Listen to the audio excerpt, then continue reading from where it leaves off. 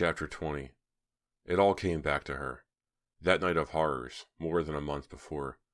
The shock of the water brought it all back, and as she struggled back to shore, she suddenly remembered everything, and she heard the terrifying screams all over again.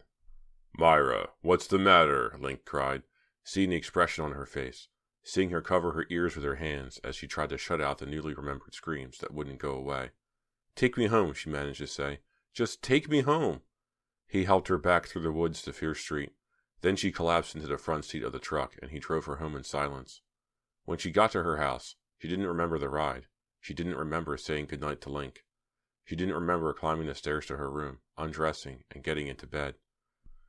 She was reliving that Saturday night, lost in it, still feeling the excitement that so quickly turned into a nightmare. Once again she heard the screams. Someone was frantically calling to her for help. She covered her ears and shut her eyes tight. When she opened them, she was in her room, in her nightgown, safe in her bed. How did she get here? Was this a dream too? The room began to spin. Was it real? Myra asked aloud. The awful night of horrors. Was she remembering it now, or was it too a dream? Did it really happen?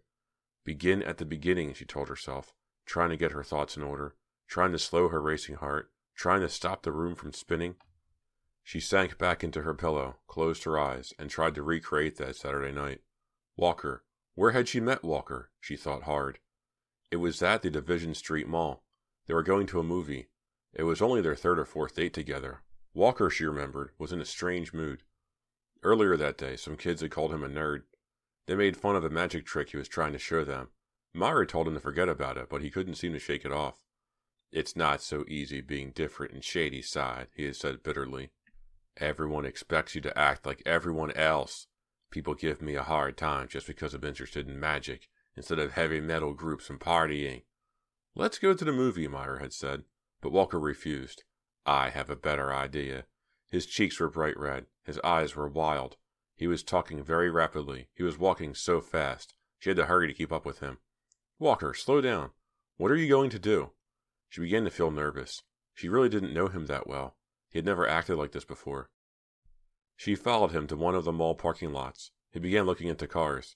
Here's one, he said after inspecting several rows. The key is in the ignition. Get in. It was a new Oldsmobile, fire engine red. Was he really going to steal it? Walker, no. He laughed. I'm putting you on, Myra. What do you mean?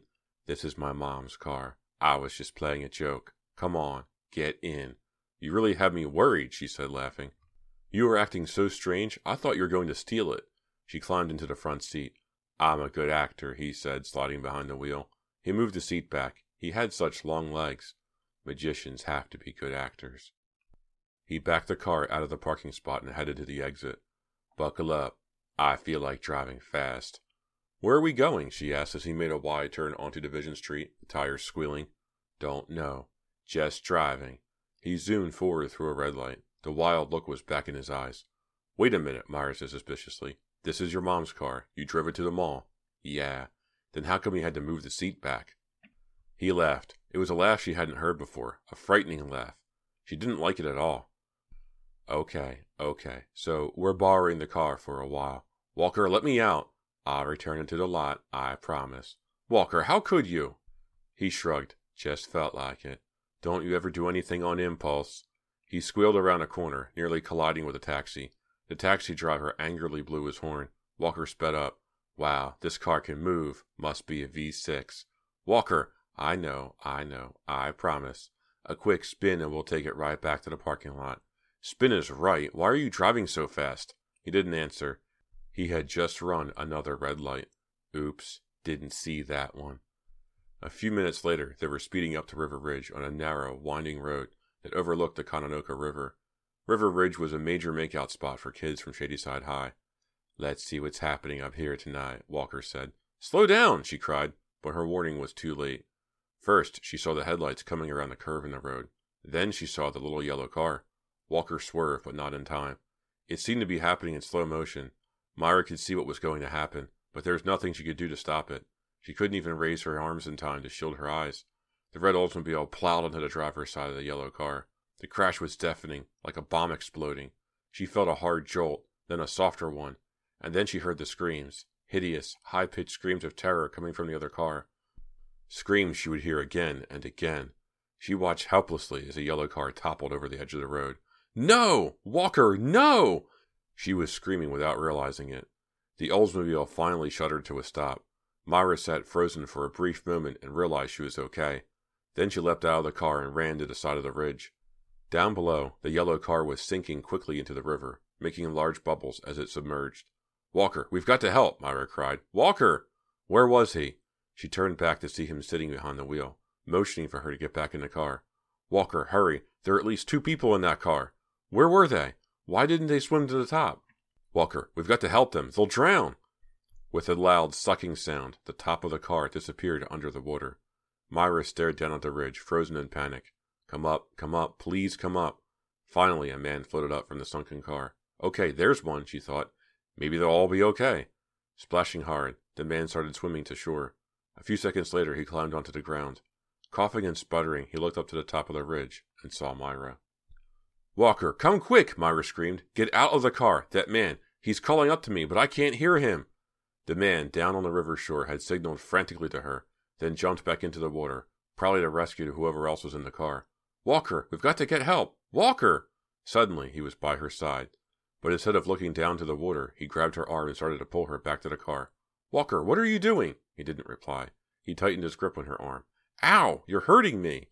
Ignoring her cries, he shoved her into the car. The next thing she knew, they were speeding away. And then what? Lying on her pillow, her eyes shut tight, Myra dug deeply into her memory. Then what happened? She remembered she was crying and protesting, pleading with Walker to go back. Then what? What did we do? Why haven't I remembered any of this till tonight? The questions bombarded her, but in a strange way, Myra felt relieved. Now she knew why she was sleepwalking toward water. Now she knew what had been upsetting her, what her subconscious mind was trying to deal with while she was asleep. And now she thought she'd figure out why that horrible night had escaped from her memory for so many weeks. She thought she had it all figured out. She just had to prove it. Clicking on the bed table lamp, she reached for her phone. It was late, nearly midnight, but so what? She pushed Walker's number. It rang once, twice. He picked it up and said hello, sounding sleepy. When she asked him to meet her at Mrs. Cottier's house the next morning, he sounded surprised. I can't tomorrow. How about tomorrow evening then? I've got something really important to tell you." He quickly agreed. Chapter 21. Walker took her hand and pulled her down beside him on the grassy shore. He pulled her head down to him and started to kiss her. "No," she said, pushing him away. She sat up beside him and stared out at the gray lake. It was a cool evening. The air felt more like autumn than summer. The trees and shrubs had faded to evening shades of gray, their shadows darkening over the ground. Far out in the lake, almost to Fear Island, 2 birds swooped and dived, fishing for a late supper, as wisps of fog blew over the shore. Myra had taken a long nap that afternoon. She had slept well for the first time in weeks, but she didn't feel at all refreshed when she awoke. She had pulled on a pair of faded, tight-legged jeans and a green and white striped rugby shirt and hurried over to Mrs. Cottier's. She had found Hazel waiting for her by the door. By the time she had fed the cat and watered all of Mrs. Cottier's plants, Walker was knocking on the back door. He was wearing rumpled chinos and a gray sweatshirt. His hair wasn't combed. He started to come in, but Myra stepped outside and pulled the door shut behind her. "Such a nice, cool night. Let's go down by the lake," she had said. Looking more than a little confused, Walker followed her down the grassy slope to the dark, silent lake. Now Myra sat beside him, staring down at him as he lay on his back in the tall grass. She rehearsed all day what she wanted to say to him, but now none of it seemed right. "What's wrong?" he asked, still holding her hand. "You look so upset. Did you sleepwalk again?" "No," she said, and again let her eyes trail out to the lake where Fear Island had now completely disappeared in fog. "Did you get any sleep?" Walker asked, looking concerned. "No, I just can't," she lied. "I'm too afraid to go to sleep." "Because of the sleepwalking?" "Yes. Every time I start to drift off, I force myself to wake up. I'm afraid every night. I'm just totally wrecked, Walker. I really need your help." He sat up, still holding her hand. "My help?" "Yes, I need you to help me calm down." He let go of her hand. "You mean I need you to hypnotize me to calm down? Remember you once offered to do it?" "Well, yeah, I guess I could. I don't know." He slicked back his blonde hair with both hands. "I have been practicing." "It isn't dangerous, is it?" Myra asked, biting her lower lip. "No, not at all. I'm really pretty good at it. I hypnotized my cousin Alice a few months ago and got her to quit smoking. It shouldn't be too hard to use a hypnotic suggestion to make you feel less anxious. Well, I'm desperate enough to try it, Walker. I really am, Myra said.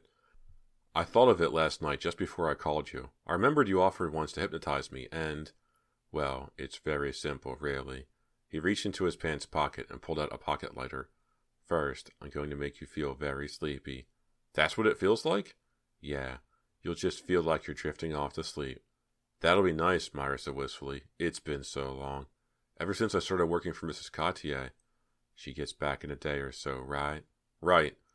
We've got to get you away from her, Walker said heatedly. This spell she's cast on you. Hey, I hope you don't think I can use hypnosis to get rid of the sleepwalking spell. No, of course not, Myra said, nervously pulling up a clump of grass and letting the moist green blade slip through her fingers. I just want you to make me feel calmer, that's all. Okay, he said, giving her a reassuring smile. In a few minutes, I think you'll feel much better, Myra. First, I want you to relax all of your muscles. That's it. Even more relaxed. Myra relaxed her neck muscles and let her head slump forward. Walker clicked the lighter. It sparked, then flamed red-orange. Now, I want you to follow the flame from this lighter, Walker said. You've probably seen this done on TV and stuff, but it really works. Now, clear your mind, okay? Try not to think of anything but the flame. Concentrate on the flame. Concentrate all of your attention on the flame. Follow it. That's it. Follow it this way, then this way. Myra's eyes followed the lighter from side to side, up and down. Her eyelids started to droop. You're starting to feel sleepy. That's good. Let yourself go, Walker said in a whisper. You're going to close your eyes now. It's going to feel so good to close your eyes. Go ahead. Go to sleep. Close your eyes. And when you open them, you will feel very calm, rested, and very peaceful. Myra closed her eyes. Walker continued whispering for a long while. Myra nodded her head in response, but she didn't open her eyes. Her arms hung peacefully still at her sides. In a few moments, I'm going to tell you to open your eyes, Walker said softly. And when you open your eyes, you will feel very rested. You will feel as if you had the best night's sleep of your life, and you will feel completely at peace with yourself. The anxieties that were upsetting you will be forgotten. You will feel completely calm. Myra, her eyelids lightly closed, nodded slowly, peacefully. And when you open your eyes, Walker said, still speaking very softly, you will continue to forget about that night on River Ridge. You will not be troubled by the yellow car. You will have no memory of the accident, no memory of the yellow car, no memory of going to River Ridge with me. When you open your eyes... Myra opened her eyes and her entire body tensed. She leapt to her feet and grabbed the front of Walker's sweatshirt with both hands. You filthy creep, she screamed. I knew this what you did to me that horrible night. My sleepwalking. It was all your fault, and you've known it all along. Chapter 22. Walker's mouth dropped open in surprise, and the 2 pink spots on his cheeks turned scarlet. He started to climb to his feet, but Myra shoved him back down. She stood over him, glaring in fury. I take it you're only pretending to be hypnotized right now, he said, his voice breaking. That's right. I wanted to be awake, to hear what you had to say. It was all a trap. You catch on quickly. You had no business to do that to me, Walker, to hypnotize me that night and make me forget about the accident. You had no right to mess with my mind like that. You were going to tell the police, he said coldly. I couldn't let you do that. I couldn't let you ruin both of our lives because of a stupid accident. A stupid accident? People might have died in that car, Walker. We don't even know how many people were in the car, do we? Because you ran away. You didn't do anything to help. You let people die. One person, he said, looking away. One man died. I read it in the paper.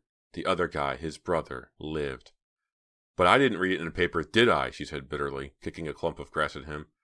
Because I didn't even remember I was there. You saw to that, didn't you? I had to. I have an exciting life ahead of me. I can't have it ruined by one stupid mistake. A stupid mistake? You're a hit-and-run killer, Walker, Myra screamed. She knew she was out of control now, but she couldn't stop herself. And all this time, you knew why I was sleepwalking. You knew what was troubling me. Why I was sleepwalking toward her. I couldn't deal with it consciously because of what you did when you hypnotized me that night. I just hypnotized you to calm you down. You even agreed to it, Walker said, still not looking her in the eye.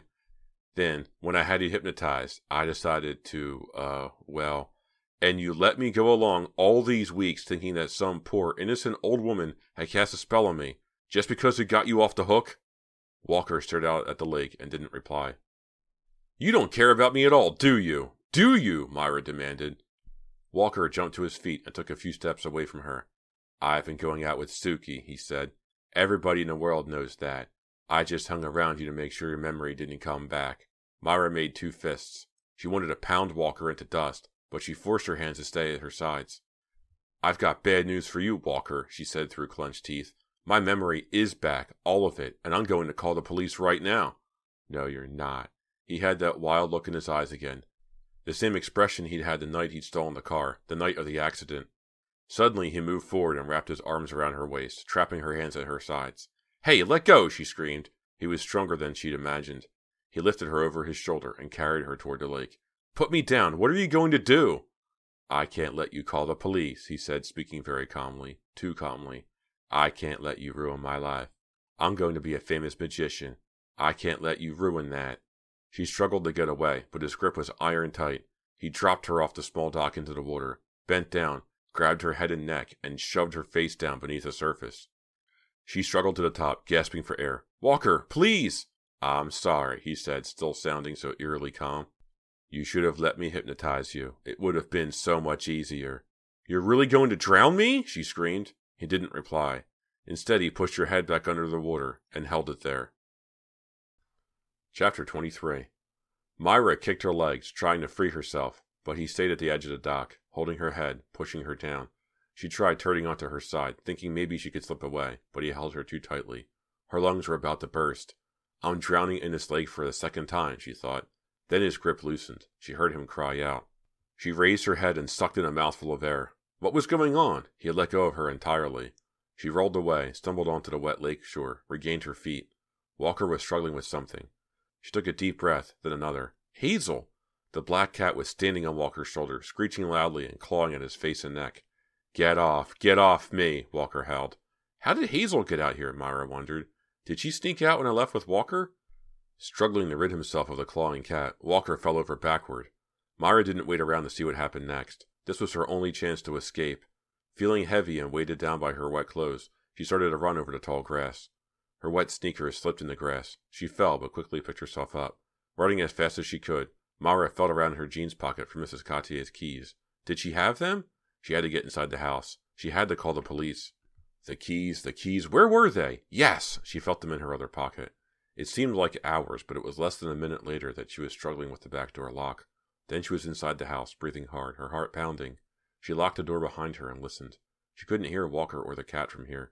The phone. She hurried to the kitchen phone, and pushing her long wet hair from her face, dialed 911. She was totally out of breath, but had to repeat everything at least twice. But she was pretty sure she'd gotten her message across to the voice on the other end. The police were on their way. Feeling a little relieved, Myra slumped against the kitchen counter. Hey! Hazel was lying on the small rug in front of the sink, licking her left paw. How'd you get back here so quickly? How strange. Less than 2 minutes before, the cat had been down by the lake. How did she get back in the house? It looked as if she had been in this spot for quite a while. Myra didn't have long to think about the cat. She cried out as a rock flew into the kitchen, shattering the window. No! She cried, backing away. Chapter 24.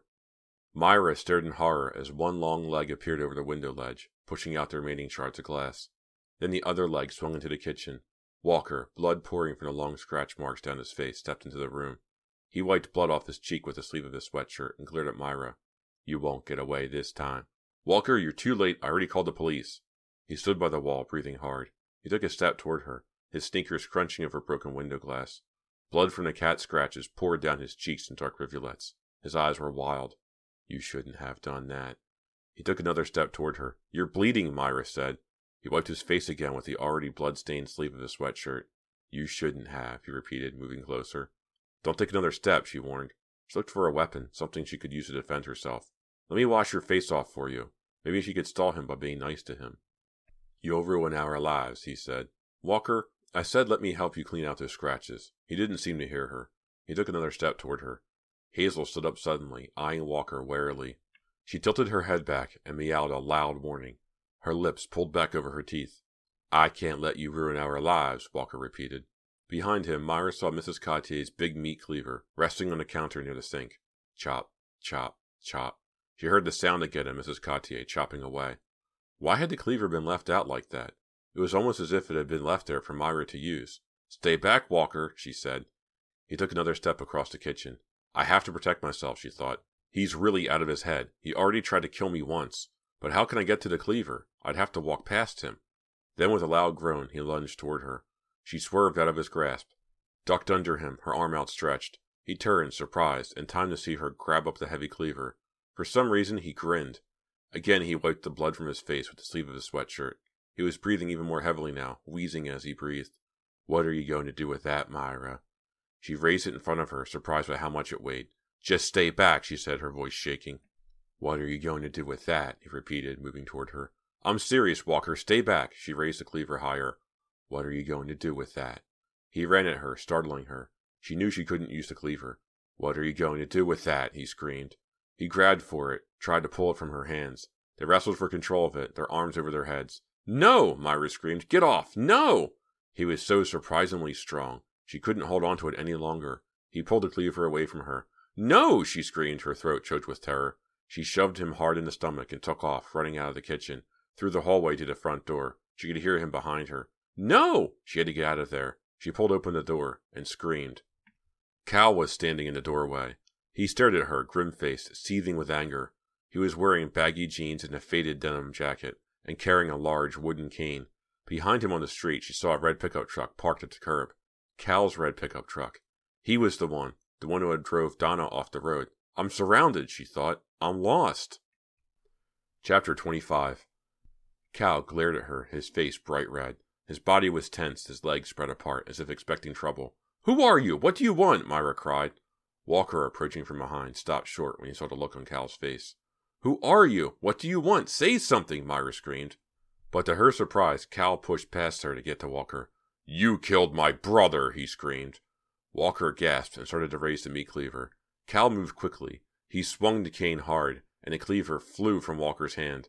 Then Cal tackled Walker, pushing him over backward into the hallway carpet, and pinned him down, pressing the cane against Walker's chest. You killed my brother, he repeated. Stop. I can't breathe, Walker groaned. Cal ignored him. His powerful muscles bulged as he kept Walker pinned down with the cane. He looked up at Myra, who was still frozen in shock at the doorway. Don't kill him, Myra cried as Cal pressed the cane down on Walker's throat. Don't kill him, please? All along I thought it was you, Cal said, breathing heavily, ignoring her pleas. Then tonight I was here by the house. I heard you shouting down by the lake, and I knew the truth. I knew he was the one who killed my brother and drove off. I heard everything you said. Then I saw him try to drown you. I started to come help you, but I can't move very well with this cane, especially on grass. Luckily, you got away. Please, let me up, Walker said, choking. I won't do anything, I swear. Cal ignored him. You mean you? Myra started. But she stopped because she heard a noise at the front door. She spun around to see two solemn-faced policemen. They both had their hands in readiness on their gun holsters. One of them pulled open the screen door, and they both stepped inside. What exactly is going on here? One of them asked. Cal quickly let go of Walker and stood up, leaning heavily on the wooden cane. Walker made no move to get up. The policeman bent over him. You okay, kid? You were in the yellow car? Myra asked Cal, relieved that she was safe, eager to hear the rest of the story. My brother Jerry and I were in the car, Cal said, talking rapidly, still out of breath. I saw you up on the ridge. I thought you were the driver. I thought you were going to help me save Jerry, but then you just drove away. I wanted to help, Myra said. Walker pulled me away. My brother drowned. Afterward, I guess I went a little crazy. I had your face in my mind. I couldn't forget your face. I thought you killed my brother, so I wanted to find you. I'm so sorry, Myra said. The two policemen looked at each other, not understanding a word of this. Then I came out of my house and bumped into you outside the old lady's house on Fear Street, Cal continued. I couldn't believe I'd actually found you. I've known Mrs. Cotier for years, so when I made up a story about wanting to help you babysit for my niece, she gave me your address, no problem. And then you tried to kill me with your pickup truck? Myra asked, suddenly feeling weak, leaning against the banister for support. I thought it was you in the car. I only wanted to scare you, Cal said. But it was so wet and slippery, I lost control. I didn't mean to crack us both up. I ended up in the hospital with a wrecked ankle and a wrecked knee. That's why I've got this cane. Oh, good Lord. When I saw you there, I thought you were a mental patient, Myra cried. Maybe I should be, Cal said grimly. I can't believe I had the wrong person the whole time. It's been so bad for me, since Jerry died. Will you stop yakking and tell us exactly what is going on here? one of the policemen demanded impatiently. It's sort of a long story, Myra told him. Chapter 26. 1 week later. I'll admit it, I've been a real creep. I'll second that motion, Myra said. Link gave her his hurt look. I didn't mean to be a creep, he said quietly. No creep ever does, Myra said playfully. The only reason I was such a creep was that I cared about you so much. Myra laughed. So let me get this straight. It was my fault that you acted like a creep. Right, Link quickly agreed. He scooted closer to her on a couch and put his arm around her shoulders. That's so like you, Myra said. What? I didn't hear you. Did you say, I like you? No, how can I like you? You're a creep, an admitted creep. He pulled her face to his and kissed her, holding her cheeks gently with his warm hands. Well, maybe I like you a little, she said thoughtfully. He kissed her again, longer this time. Maybe I just like creeps, Myra admitted. She looked at her watch. Hey, I don't have time for this. I've got to get to Mrs. Cottier's house. She's back. She said I could come and pick up my paycheck. Paycheck? Great, then you can treat me to lunch. Link got up and followed her out of the den. Come on, I'll drive you to Aunt Lucy's. They walked out the front door. Link started jogging toward the red pickup truck in the drive. Seeing the red truck made Myra stop. You must have thought I was a real jerk, thinking it was you who tried to run me down. No, not at all, he said, taking her hand and pulling her to the truck. I'm a creep, remember? A creep can't call a jerk a jerk. It's not allowed. But Stephanie must think I'm totally bananas. I mean, I practically accuse her of being a witch. I explained everything to Stephanie, Link said, holding open the truck door for her. And? And you're right. She thinks you're totally bananas. He laughed and slammed the truck door. He's so great looking when he laughs like that, Myra thought. Stephanie's eager to make up with you, Link said, starting up the truck and backing down the drive. She was casting a spell or something when I burst into her room that day, Myra said defensively. Well, she and I are both interested in the occult, Link said. I guess because of Aunt Lucy. Mrs. Cottier is really a witch? Link's mouth dropped open. Huh? He stared at her.